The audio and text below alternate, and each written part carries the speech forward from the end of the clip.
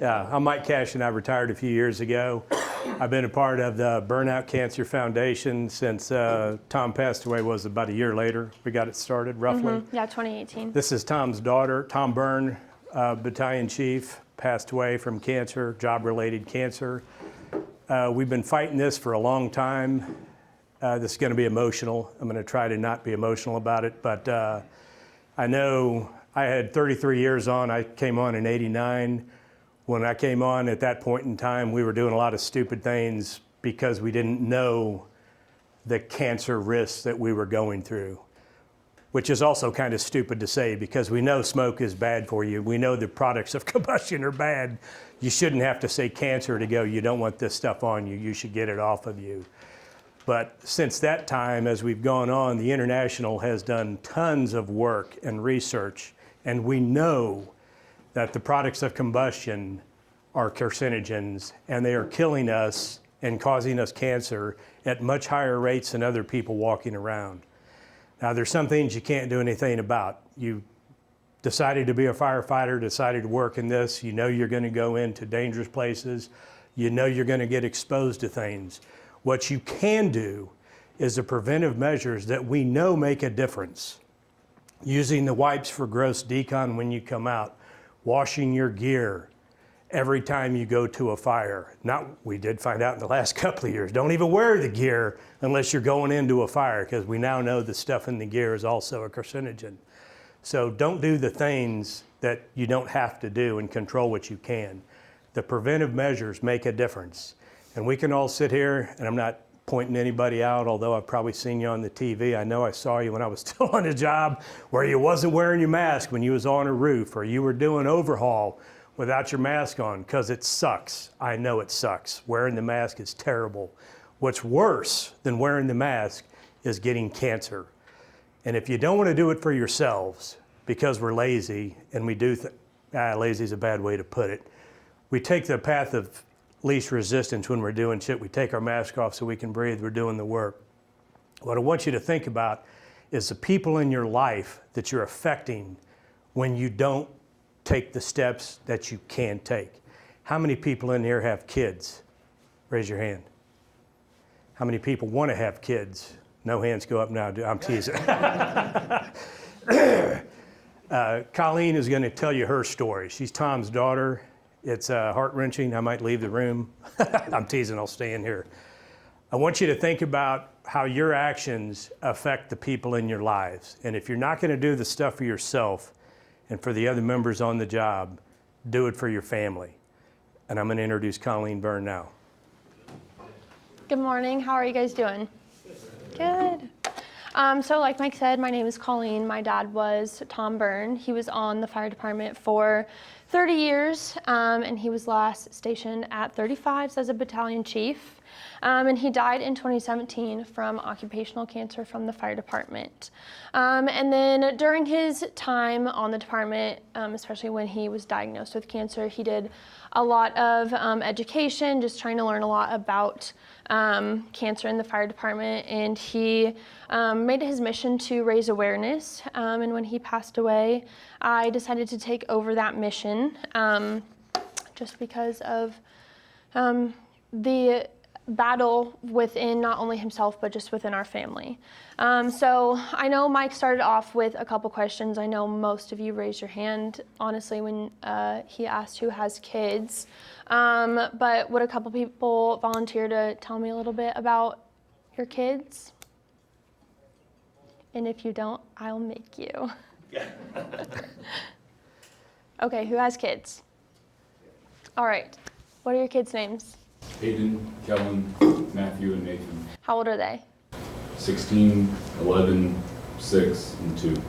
So how do you imagine the rest of their lives and the rest of your life with them? Yeah. So I want everyone in this room to think about your kids. Maybe you don't have kids yet, but one day you'd like to. Maybe you're new on the department and you haven't even thought of a spouse and kids, but you might someday. Maybe you never want a spouse or kids, but sometimes life surprises you. And even if you don't, I'd be willing to take a bet that you have a niece or a nephew or a cousin or a child of a best friend or a brother or a sister or parents. Think about the memories you have with these important people in your life, the memories you hope to make with them. Now I want you to imagine never seeing them get a driver's license, never seeing them play high school sports, never seeing them quit that sport and find out they love a different sport or choir or art or student council. Never seeing them graduate high school or choose a degree in college. Never kicking the ass of the first boy who breaks your daughter's heart. Never taking your son for his first night getting shit-faced at the bar when he turns 21. Never walking your daughters down the aisle. Never having the chance to think about watching all of these milestones for a second time through your grandkids. I've only named some of the highlights of your job as a parent or uncle or cousin or child. But we could sit here for hours and talk about the highs and lows you'd probably like to experience with the important people in your life. And for many of you, your children. Personally, I would title this list Things I Will Never Experience because my dad died when I was barely 15. As far back as the 4th grade, I can remember my dad being inexplicably sick. It started with facial flushing, facial inflammation, and severe headaches. By the time I was in the 5th grade, he slept on the couch every night to try to keep his head propped up enough so his headache didn't make him feel like his head was in a drum. Imagine the worst hangover of your life, multiply it by 10, and make it every day for years. That is how he described what his headaches felt like. Because he slept on the couch so much, his back went out frequently. I remember being woken up in the early hours of the morning, being told to put my school clothes in my backpack and get in the car. Daddy needed to go to the emergency room, and I was going to go sleep the rest of the night at my cousin's, who would take me to school in the morning. And to make matters even worse, it seemed to happen every year on my birthday. The last time it happened, I had just turned 12, and my championship volleyball tournament was on Friday. I knew something was different this time because he was staying at the hospital all week. As a fresh 12-year-old, I was still naive enough to be convinced that the port they placed in my dad's chest was just so they could more easily administer medicine for his headaches. I didn't know that my parents had to smile and save face, acting like the doctors hadn't just taken an MRI that lit up like Broadway with cancer. My parents chose to act like nothing was wrong so I could enjoy my 12th birthday and play in the final games of the sport that I loved so much. Like my dad hadn't just been looked directly in the eyes and told to get his life in order because he had weeks to live. The day after my tournament, they sat me down in my living room. This memory is clear as day for me still. One parent on each side of me, my mom said, "They ran a lot of tests this week and they finally figured out what's wrong with Daddy." "Okay," I said, "what's wrong?" "Well, Daddy has cancer."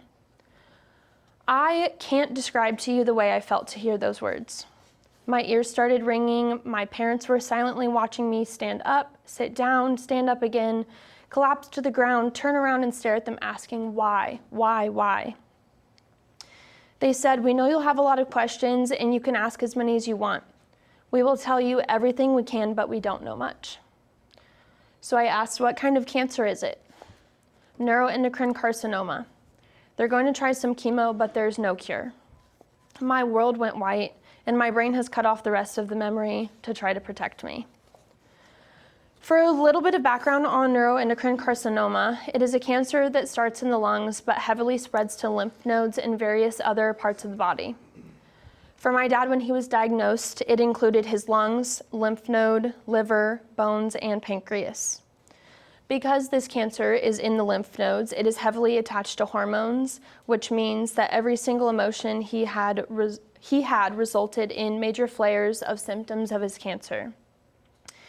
And in case you needed it spelled out clearer, research shows that 90 to 95% of our day, our brains are operating an emotional system where we are experiencing at least one emotion more often than not subconsciously. And because most of you didn't know my dad, he would sit average on that scale. His nickname on the department was Red Ass, and he was never not angry at someone. So for the next couple of months, I would sit with my dad in a chemo room that was doing more harm than good for him every 3 weeks. Keep in mind, I am only 12. I learned what medications he needed when he needed them and how to administer shots because he was too tired to keep it all straight himself. My mom did countless hours of research to find a specialist in the United States who dealt with neuroendocrine carcinoma. They landed on Vanderbilt in Nashville because it was more drivable year-round than Mayo Clinic in Minnesota. Thanks to Dr. Lou at Vanderbilt, my dad's prognosis was changed from impending death to 5 to 7 years at best.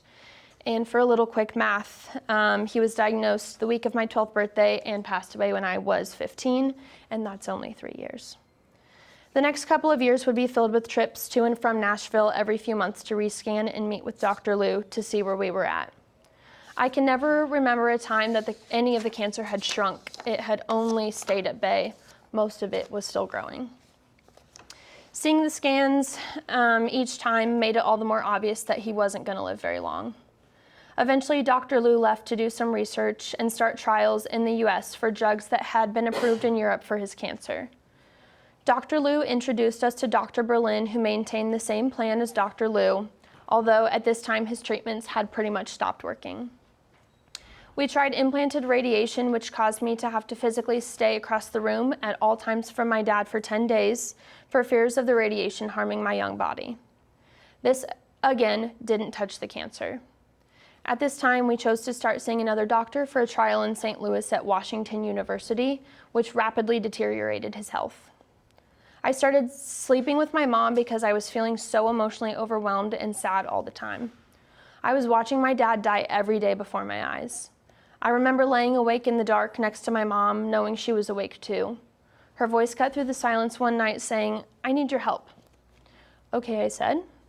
"You know how I told you that when people's livers stop working, their skin turns yellow?" she asked. "Yeah," I replied, hearing her pause and worried for what was coming next.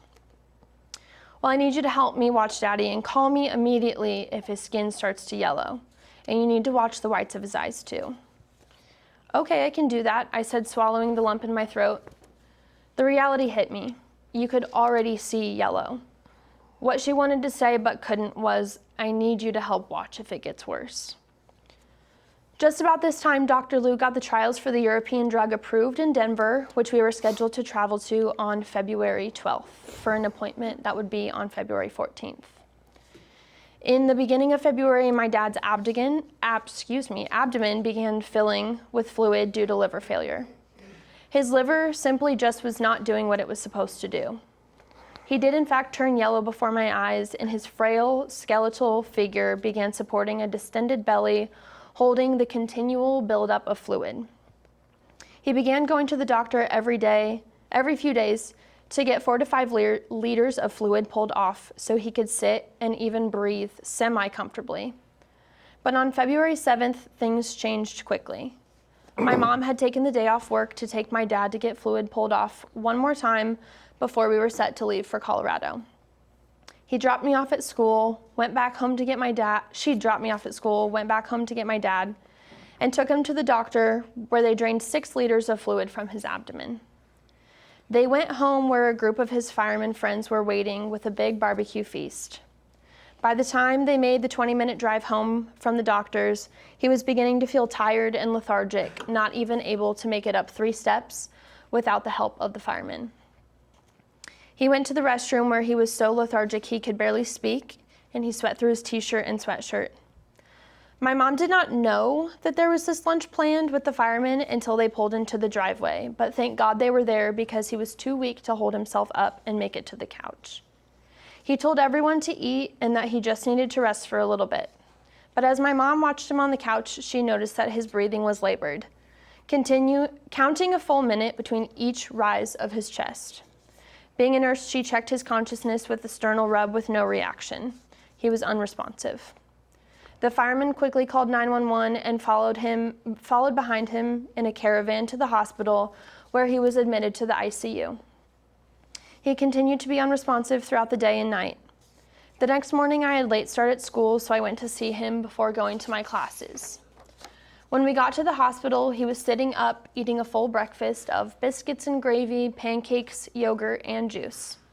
He was acting completely normal, and we talked about my week at school and what I had coming up. From the outside, it looked like he had just needed a little balance of medications to get him back in line. But as I was giving him a hug and a kiss before leaving for school, I realized that this was the end. As I walked out the door, I said, "Bye, Daddy, I love you. See you after school." "Okay, baby, can you do me a favor when you come back?" "Sure, Daddy, anything." "Okay, can you bring me a Diet Coke?" I paused. Confusion hit me in my core. This was our sign. The one I had been preparing myself for years to hear. This was the end. But he seemed so fine.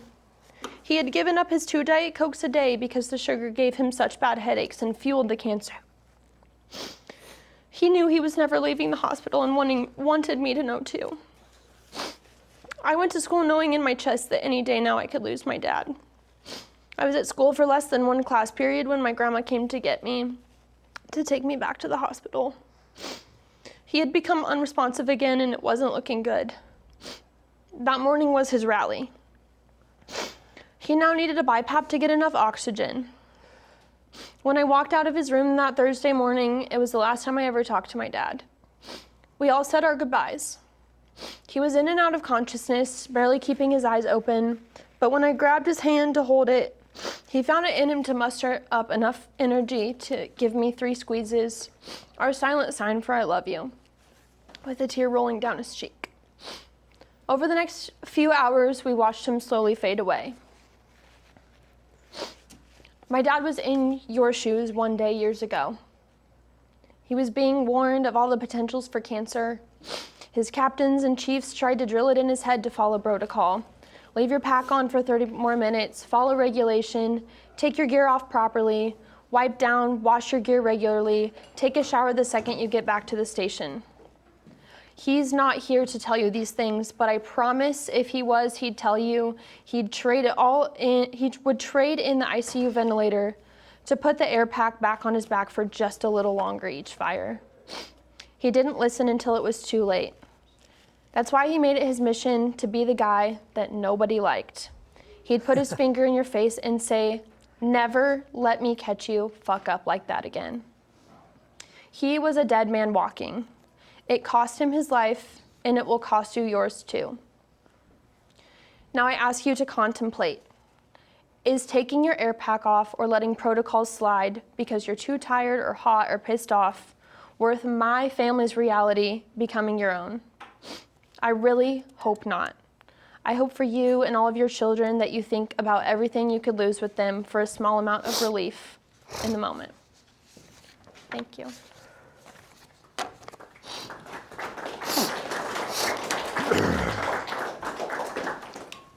That's a tough story. It's not.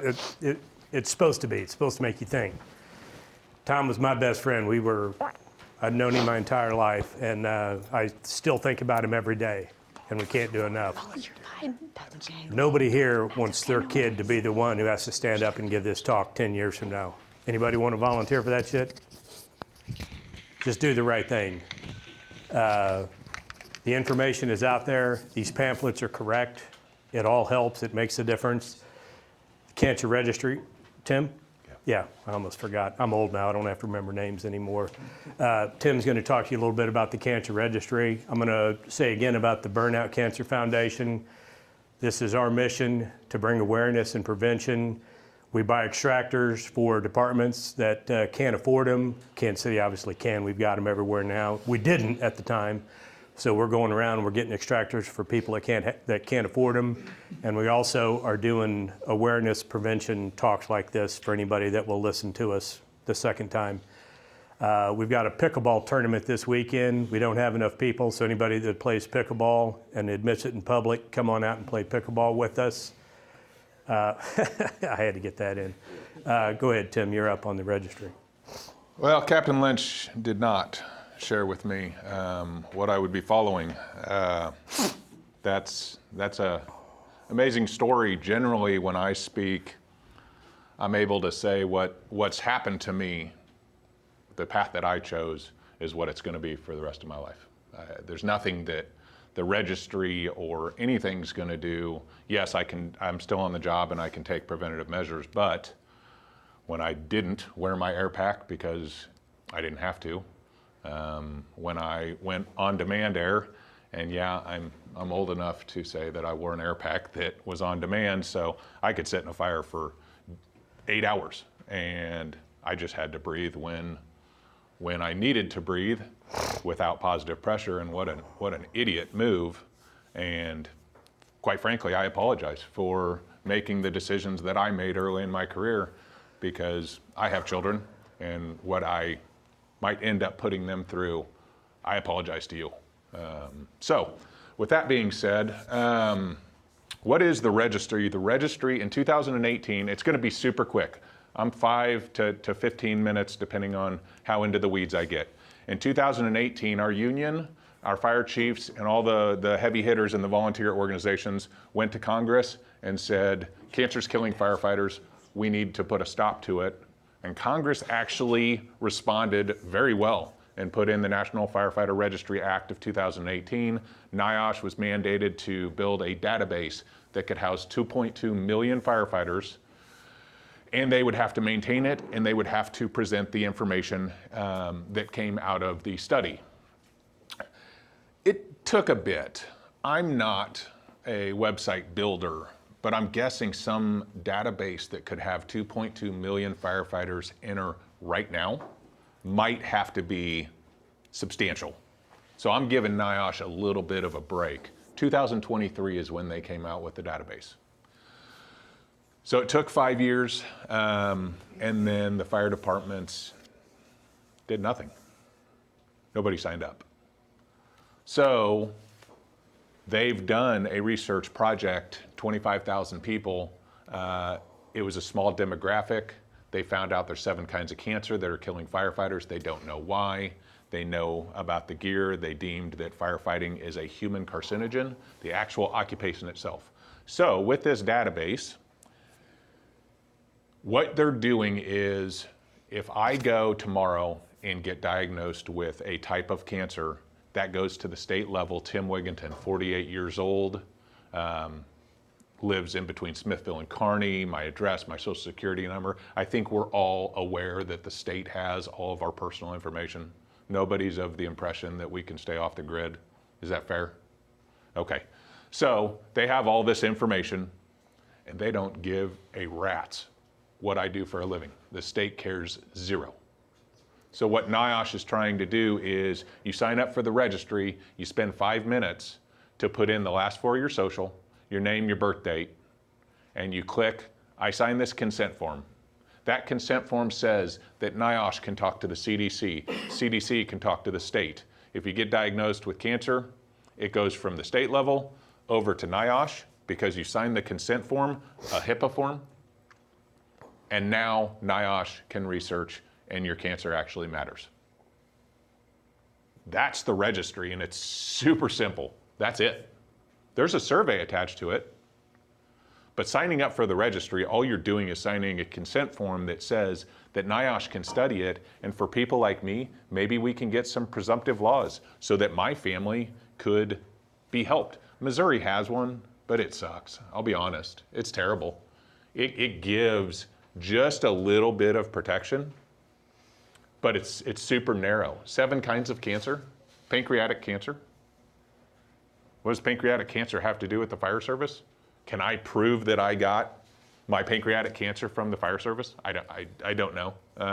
But we can't go to Congress and say, cancer's killing firefighters, we need to do something about it, and then not do anything about it ourselves. Like that's crying wolf, and we just can't do that. So anyway, that's what the registry is. The survey is in addition.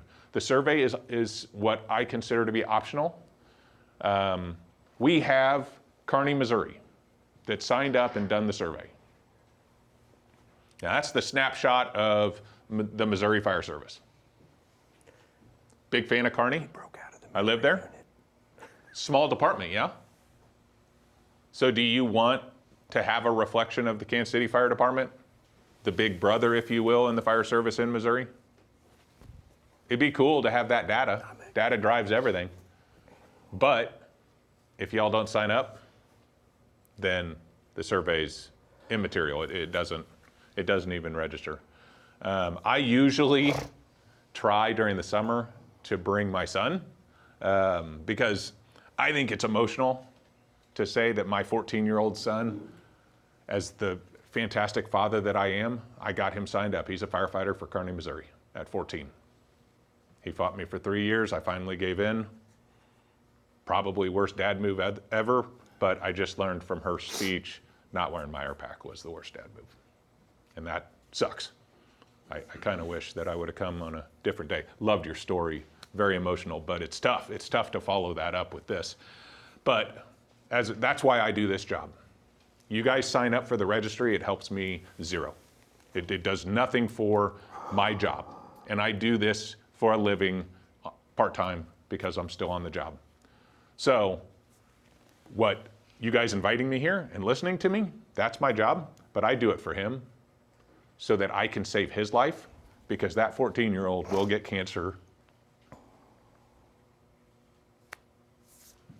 Yeah. So we need to stop it. Thank you.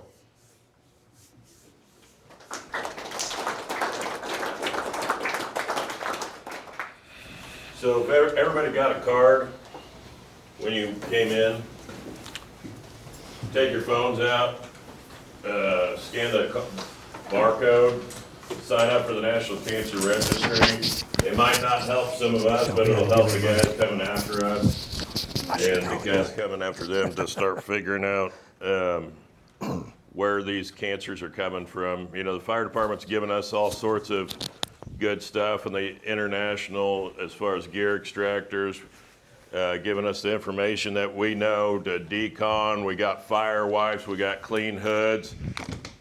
You know that stuff we did great for about a month, and then we quit using them. So we really need to try to start using that so that we don't have to put our family through what you just heard there, okay? It's really up to ourselves to start taking these measures, and I'd really like to push the chiefs and the captains to start setting the example for everybody else. So that's my 2 cents. For anybody out there who thinks they're too old and the shit's already happened to you, the damage is done, because I know I've said it. I've been to hospitals talking to other people who didn't have their shit on when they should have had it on, and their comment is, it's done to me. Well, who's the kid that's the OJT one that I saw walk in here? You. He is going to do what you do. If you don't do the right thing, they're not going to do the right thing. It's that simple.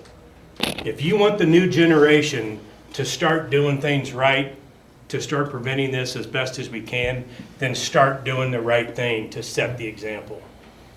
That's what it's about. Would you let your kids do what you know you do on a regular basis? No way. So don't do it. That's the way to think about it. Yep.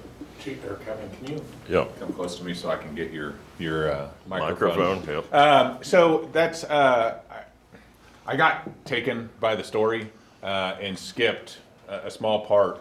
He's right. The registry is going to help the newer folk. But what I was trying to get across was the presumptive laws is what the union is fighting for even no matter what your age is.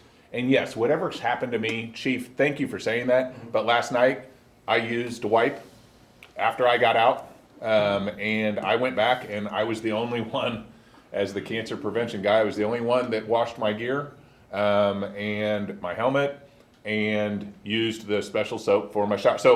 So I am doing everything. I didn't want to mislead and say that I just threw in the towel. I am still trying to, I lost a bunch of weight on purpose by eating better, because everything affects stuff. So when you do this, if you have trouble with the password, just use the one that the phone recommends. The CDC keeps this super confidential and it's super cryptic, and they can't tie anything to anything. So there is no way, if you sign up, that it can give you consequences on the job if you do the survey and you're honest. There's no way. They can't get the information. The only information I can get is how many in the state of Missouri has signed up as of yesterday. That's the information as an employee that I can get. Insurance company or even Kansas City, Missouri can get zero information from NIOSH, the CDC, or us. Zero. My boss can get the amount of people that Kansas City, Kansas has signed up. So there's some barriers that keep someone like New York having a really hard time, because they think if they say that they didn't wear their air pack on every fire, that they're going to face consequences and get pulled off the job. The information cannot be accessed. But this is Tim Wigginton. Do any of you know me at all? Do any of you have any reason to trust me? So, with that being said, don't fill out the survey.